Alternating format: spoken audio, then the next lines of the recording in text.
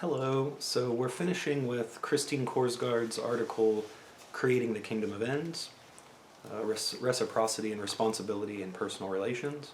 If you remember last time, we talked about these two different views, the practical and the theoretical. And in the theoretical viewpoint, we treat responsibility as if it's a property that can be attributed to somebody.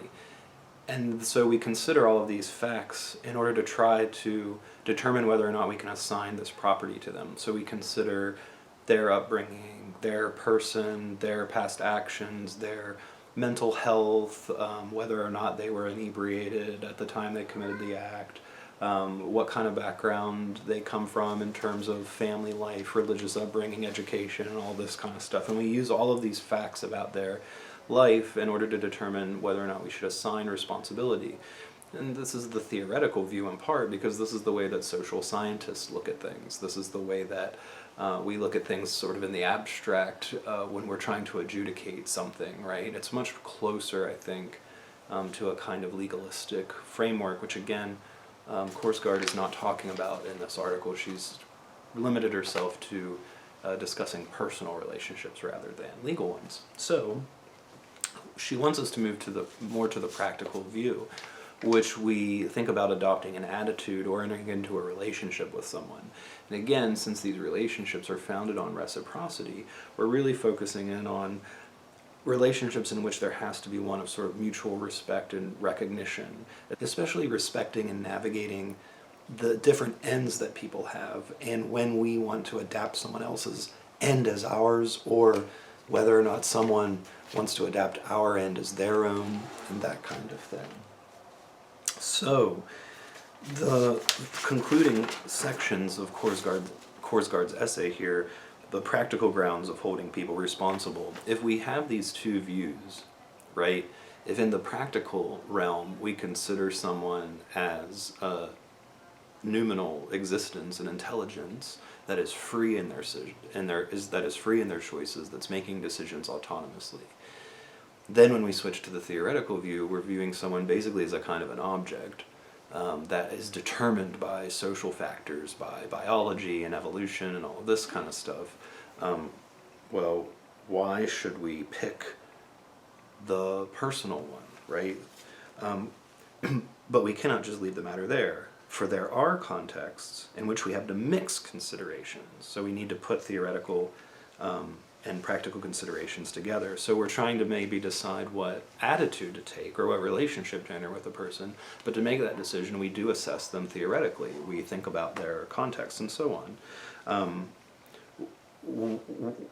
This occurs when we are making judgments about responsibility, when we must decide whether, for instance, someone is to be exonerated, excused, forgiven, blamed, or not held responsible for the bad action of all.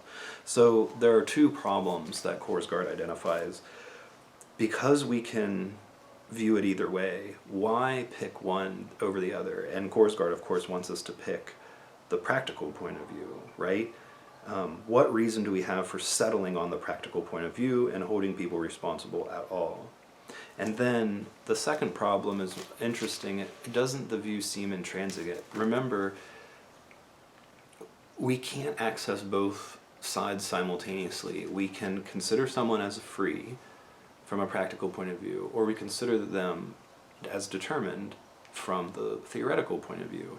And when we enter into one point of view, there's no bringing the other along, right? So isn't it impossible to sort of reconcile these two? Okay, so the first problem, why treat people as responsible? She says there are two issues involved in this first problem. One is the issue of holding yourself responsible. So there's your own responsibility. Now, we just do this. Kant is clear, at least the way that Korsgaard interprets him, that when you're making a decision, you're just faced with the fact of your freedom, that you have to consider yourself as free when you're making a decision. This is just the unavoidable sort of fact of the way our experience works. We encounter it in the necessity of acting under the idea of freedom and the commands of the moral law. So that's when we encounter this sort of idea of freedom. At the moment of decision, you must regard yourself as the author of your action, and so you inevitably hold yourself responsible for what you do. It's only when you think about the actions of other people and when you think about your own actions at other times that you can view them from either the theoretical or the practical standpoint. So the view of your freedom is sort of forced upon you in the decision-making process. You just consider yourself to be doing something, to be the author of your actions, and so the practical point of view is kind of thrown at you just in the course of your daily life, where the theoretical point of view comes about only when you start to either consider other people's actions or when you start to think about yourself from the sort of impersonal point of view, when you think about your past or your future self, or when you consider yourself as a theoretical object. So the problem, though, is, okay, so then I need to extend that to other people. But for Korsgaard, you cannot restrict the concept of freedom and responsibility to yourself in the context of deliberate choice. If you did, you would think that you're the only free agent in the world right now. But of course, the moral law commands it to be willed universally. And so all agents in the world have to be granted the possibility of acting under freedom. We're in the kingdom of ends together, right? She'll say. We live in the noumenal world together, or we are able to take that stance as a community, right? Unless you hold others responsible for the ends that they choose and the actions that they do, you cannot regard them as moral and rational agents, and so you do not treat them as ends in themselves. Indeed, unless you regard others and your future self as moral agents, there will be no content to your duties at all. And then she uses the example that comes from Derek Parfit of the Russian nobleman who makes his wife promise to hold him to a vow that he makes. When he's young, he wants to donate the money that he's going to inherit later to the poor. He's a young philanthropist. He has not inherited his wealth yet, and he thinks that, when I inherit it, what I'd like to do is donate that to the poor. Okay. But he also knows that he may become more conservative as he gets older, and so he'll be less likely to want to part with his wealth. And so he makes his wife swear this promise that she'll hold him to this. The problem Korsgaard identifies here is that his attitude towards future self is predictive or theoretical. He's viewing himself as being governed by an ideology that discourages people from giving away their inheritance to charity. Because he's so determined by that ideological perspective, he's not considering himself as free, not considering his future self as free, as the older person is also having to make a choice under the idea of their freedom. And so he's put his wife in a bind. Korsgaard thinks that not only does he do himself wrong, but he also does his wife wrong in this way. This is some of the just practical, again, what recommends the practical attitude has to do with a sort of mutual respect and living in personal relationships with people. What she says about the Russian nobleman and his wife. The Russian nobleman leaves his wife alone in the standpoint of practical reason, where people who are married must stand together. Think back to the discussion she had about marriage earlier in the essay, where she talked about having to live in this relationship of intimate reciprocity, where we take each other's ends seriously. But here, the nobleman has ignored that. He's left her alone. He's abandoned her in the state of practical reason and assigned himself only the theoretical stance in the future, whereby his wife must somehow become responsible for his future actions, rather than him treating his future self as a responsible agent. Her decision is not which of these two men, older and younger, is her real husband, the man she loves, the man she has married, nor, for that matter, would that be just a question about how she feels about them or what she thinks. To the extent that it is important to this woman's sense of her own identity, morally and personally, that she is his wife, he leaves her without anything clear to be, and so without anything clear to do. You cannot act in concert with one who does not act in concert with himself. Where our relations are constitutive for our ongoing identities, those with whom we have them must have ongoing identities too. So if you only apply the concepts of freedom and responsibility to yourself at moments of deliberative choice, you do not have any sort of recognizable moral life at all, No kingdom of ends on earth can be sought or realized if responsibility is restricted to its original home in the first-person deliberator's perspective. So we extend it to all of humanity. Now, these are all moral and practical ones, reasons that she says. We are both the theoretical and the practical agent, but we make decisions from the practical point of view, so the reasons that we give to explain our own actions often are going to be these sort of practical reasons. They might appeal to theoretical elements, right? The reason we must view another as a fellow rational person rather than as a psychosocial phenomenon is not that he is in fact one or the other, they are both. That another is responsible is what Kant calls a postulate of practical reason, a belief or attitude that can be formulated theoretically, but is practical and moral in its basis, right? Now again, she doesn't demand that everything be voluntary and rational and that we're always acting freely without any constraint or anything like that. Again, we're making decisions based upon this mixed viewpoint, where sometimes we use theoretical elements to make our decision. At the end of the day, the attitude we have toward others must be capable, at least, of treating them as free moral agents, right? We have, because that's the only way we can act together. It's that reciprocal, that reciprocity of respect and recognition of each other's freedom that is what makes the kingdom of ends possible. It's how we create it, right? To share our ends and reasons is to share the standpoint from which those ends and reasons are generated. The citizens of the kingdom of ends make their decisions in Congress. The noumenal world is above all a place that we occupy together. So that's the line that I had indicated earlier. So she then moves to this problem of how do we reconcile what she calls Kant's intransigence. Right, it seems to be an immobile point of contest between these two perspectives, that they're blocked off from each other and somehow. So how do we get around that? Now look, she appeals to Kant, right? So she's suggesting that we need to read Kant in a certain way. Some of the things Kant says, however, suggest that there is room for such flexibility, and she was going to discuss two kinds of considerations. She views Kant as being what she calls a practical compatibilist. So in debates about the nature of freedom, there's the view of compatibilism, where free will and determinism can live together.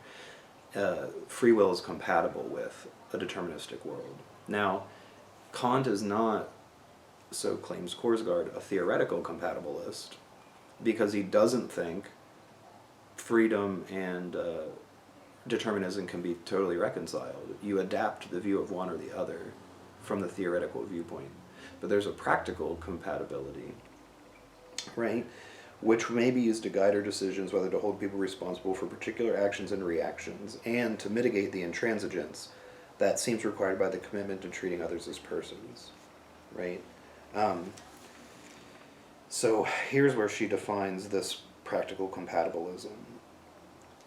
A deterministic account can be a deterministic account of moral motivation itself, and it does not have to bypass morality and pretend we do everything for the sake of happiness. The element of truth in what Kant says is that a deterministic account necessarily leaves out what is distinctively good about moral motivation. From a merely theoretical and explanatory point of view, moral interest is on a footing with inclination. We may imagine the cynic saying, "It doesn't really matter how she came to treat humanity as an end in itself. It is what she likes to do, so she is still pursuing her own happiness." When moral motivation is viewed theoretically, it can be distinguished from inclination only by its content. It's a special source in the agent's autonomy does not show up.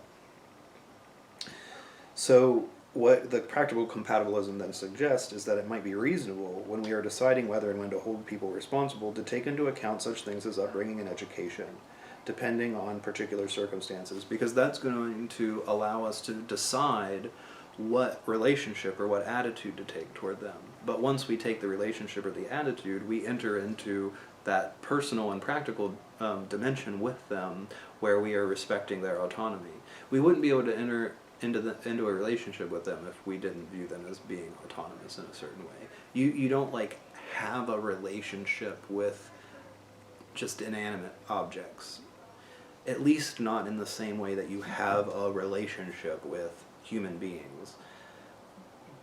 Relationships of people together bring with it all kinds of presuppositions about them being able to act and make decisions and take attitudes toward me and have considerations about me and so on and so forth, right?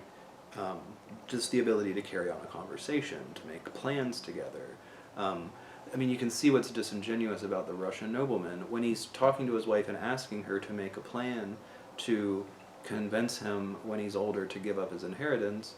He's treating her autonomous. I mean, he's saying you have to act deliberately in this certain way in the future.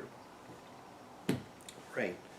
So that's kind of what's going on here. That's the kind of thing she's talking about. When the community has done all it can to make someone good, then there may be no further outlet for respect for humanity and to blame him if he goes wrong.